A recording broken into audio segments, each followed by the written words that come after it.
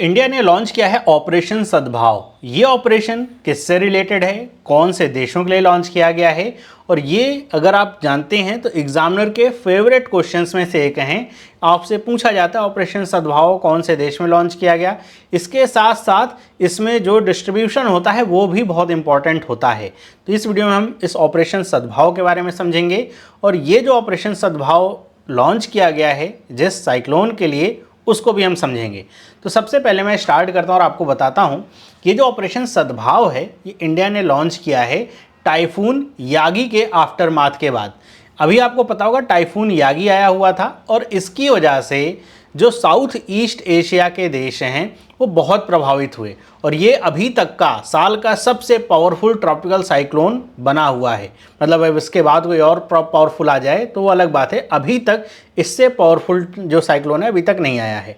तो इसी rake havoc जो इसने फैलाया है इन देशों में, तो उसी से निपटने के लिए एक HADR जो ऑपरेशन है, HADR का मतलब होता है humanitarian assistance and disaster relief operation, तो इसके लिए लॉन्च किया गया है ऑपरेशन सद्भाव। अब ये जो टाइफून यागी है इसने अभी तक 200 से अधिक जो जानें हैं वो ले ली हैं।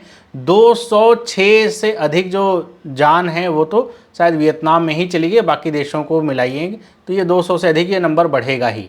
और ये जो साइक्लोन है इसने Philippines, China, Laos, Myanmar, Thailand, Vietnam को बहुत प्रभावित किया है, जिसमें से सबसे ज़्यादा जो प्रभावित हैं लाओस, म्यांमार और वियतनाम हैं। तो इन कंट्रीज़ में इस तूफ़ान ने बहुत ज़्यादा रेक हैवोक फैलाया है।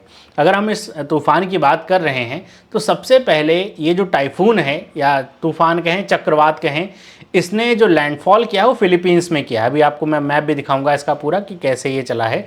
तो फिलीपींस में सबसे पहले इसने लैंडफॉल किया है, और उसके बाद ये वेस्ट की तरफ बढ़ता गया है, और फिर ये आगे चल के बाकी देशों को भी इसने चपेट में लिया है। तो इसमें जो ऑपरेशन सद्भाव है ये केवल 3 देशों के लिए है, म्यांमार, वियतनाम और लाओस के लिए। अब इसमें क्या है कि इसमें इंडियन नेवी, एयरफोर्स, आर्मी सबका यहाँ पे सहयोग है। जैसे 10 टन की जो एड है जिसमें ड्राई राशन, क्लोथिंग, मेडिसिन ये सब हैं, ये म्यांमार को डिस्पैच करी गई हैं, और किसके द्वारा? INS सतपुरा के द्वारा। तो ये 10 टन म्यांमार को गया है। इसी के साथ 35 टन इसी तरह का जो सामान है या कह सकते हैं एड है वो वियतनाम को भेजी गई है, बाहर इंडियन एयरफोर्स का जो हमारा विमान है C-17 उसके द्वारा, और 10 टन जो रिलीफ मटेरियल है वो लाओस को गया है। तो ये इंडिया की तरफ से इतना जो ज़्यादा रिलीफ मटेरियल है जिसमें बहुत ड्राई राशन, मेडिसिन, क्लोथिंग सारी चीज़ें आती हैं, वो सारी चीज़ें इन 3 देशों को गई हैं। 10 टन लाओस और म्यांमार को, और 35 टन वियतनाम को अकेले गया है। तो यहाँ पे अगर ये मैप मैं आपको बता रहा था, ये आपको यहाँ पे दिख रहा है ना, ये फिलीपींस है। तो ये जो तूफ़ान है फिलीपींस के भी ईस्ट में, यहाँ से इसकी शुरुआत होती है। ये तूफ़ान फिर ऐसे आगे बढ़ता है फिलीपींस से होते हुए, यहाँ पे आपको आते हुए दिखाई देगा। यहाँ पे ये जो पूरा एरिया है, ये जो एरिया आता है ये आता है वियतनाम का, और इसी के साथ यहाँ पे लाओस आता है, और फिर उसके बाद म्यांमार आता है। तो ये तूफ़ान ऐसे आगे बढ़ा है, और इसी वजह से आप देखें कई सारे देश इसकी चपेट में आए हैं। तो ये जो पूरा हमारा एड गया है इनको, तो इसमें जेनसेट मतलब generator set, water purification item, hygiene supply, mosquito nets, blanket, sleeping bags, ये सब भी गया है। मतलब खाने पीने और जो मेडिकल सामान उसके साथ इस तरह के सामान, क्योंकि इसमें डिस्प्लेसमेंट बहुत ज़्यादा हुआ है। ख़ास तौर पे म्यांमार जैसी कंट्री जिसके यहाँ गृह युद्ध चल ही रहा है, वैसे ही लोग बहुत डिस्प्लेस हो रहे हैं। लेकिन इस तूफ़ान या चक्रवात के आने के बाद फ्लड आया है, वियतनाम में लैंडस्लाइड बहुत हुआ है जिसकी वजह से लोगों की जान गई है, भारी फ्लड का सामना करना पड़ रहा है। तो यहाँ पे इन सब चीज़ों की भी ज़रूरत पड़ेगी, तो ये सब सामान भी गया हुआ है। और ये जो ऑपरेशन सद्भाव है जो कि इंडिया ने स्टार्ट किया है, ये इंडिया की जो पॉलिसी है एक्ट ईस्ट पॉलिसी, इसके तहत शुरुआत करी गई है। और इंडिया जो बाकी और कंट्रीज़ हैं उनमें से पहली कंट्रीज़ में से एक है जिसने तुरंत ही जब ये तूफ़ान का आफ्टरमाथ हुआ है, ख़त्म हुआ है, उसके बाद ये HADR जो ऑपरेशन है वो शुरू कर दिया है। मतलब हमारे इंडिया का अभी तक का जो पॉलिसी ये है कि अगर ईस्ट में कुछ भी हो रहा है तो सबसे पहले कोई हेल्प करने के लिए आगे बढ़ेगा तो इंडिया बढ़ेगा। तो आसियान रीजन के लिए इंडिया ने इस तरह का हाथ बढ़ाया है। अब अगर मैं बात करूं टाइफून यागी की, तो ये आप इसकी एक सेटेलाइट पिक्चर यहाँ पे देख सकते हैं, कितना ये ताकतवर तूफान था।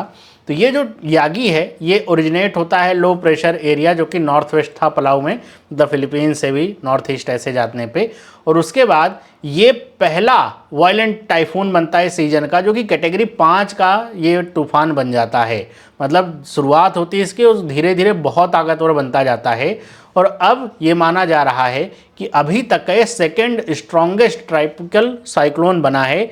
इससे पहले एक और साइक्लोन था जिसको बेरिल के नाम से जाना जाता है, उसके बाद वो सबसे ज़्यादा ताकतवर था 2024 का, और 2024 का सेकेंड ज़्यादा स्ट्रॉन्गेस्ट ये बन गया है यागी। एक सवाल बहुत पूछा जाता है, वो होता है नाम को लेकर के कि ये जो यागी नाम दिया गया है ये कौन से देश ने दिया है। तो ये जो यागी नाम दिया गया है जापान की मेट्रोलॉजिकल एजेंसी जो है JMA, इसके द्वारा दिया गया। तो जापान याद रखिएगा नाम यागी से। तो क्योंकि आपको पता होगा कि जो टाइफून या साइक्लोन होते हैं, हरिकेन होते हैं, इनके नामकरण होते हैं और इसमें हर एक देश का योगदान होता है। हर एक देश अपनी तरफ से लिस्ट देता है नामों की और वो एक रोटेशन वाइज नाम यहाँ पे चलते हैं। इसके ऊपर एक सेपरेट वीडियो में बना दूंगा कि जो साइक्लोन्स होते हैं उनका नामकरण कैसे किया जाता है। और इस साइक्लोन के बारे में अगर मैं आपको बताऊं या टाइफून के बारे में बताऊं तो ये जो टाइफून है 2,40,000 लोगों को म्यांमार में डिस्प्लेस कर दिया है। वियतनाम में तो 200 से अधिक लोगों की यहाँ पे डेथ कर दी है क्योंकि फ्लड आया, लैंडस्लाइड हुआ, बहुत सारे लोगों की जान गई इसमें। तो ये बहुत ही ताकतवर तूफान रहा जिसने बहुत ज़्यादा जान माल की हानि करवाई है। तो अगर आपको इस तरह का और वीडियो चाहिए कि आपको ये जानना है कैसे इनका नामकरण किया जाता है तो मुझे कमेंट करके बता दीजिएगा, तो एक अलग से सेपरेट वीडियो मैं इसका लेकर के आ जाऊँगा। तो आज की इस वीडियो में इतना ही। आई होप आपको ये सारी इन्फॉर्मेशन समझ में आ गई होगी। बाकी आपका क्या मानना है इसके बारे में मुझे कमेंट करके बताइएगा। इस तरह की और वीडियोस देखने के लिए आप चैनल को सब्सक्राइब कर लीजिए, वीडियो को लाइक करिए। मिलते हैं अगली वीडियो में। सभी लोगों को बाय।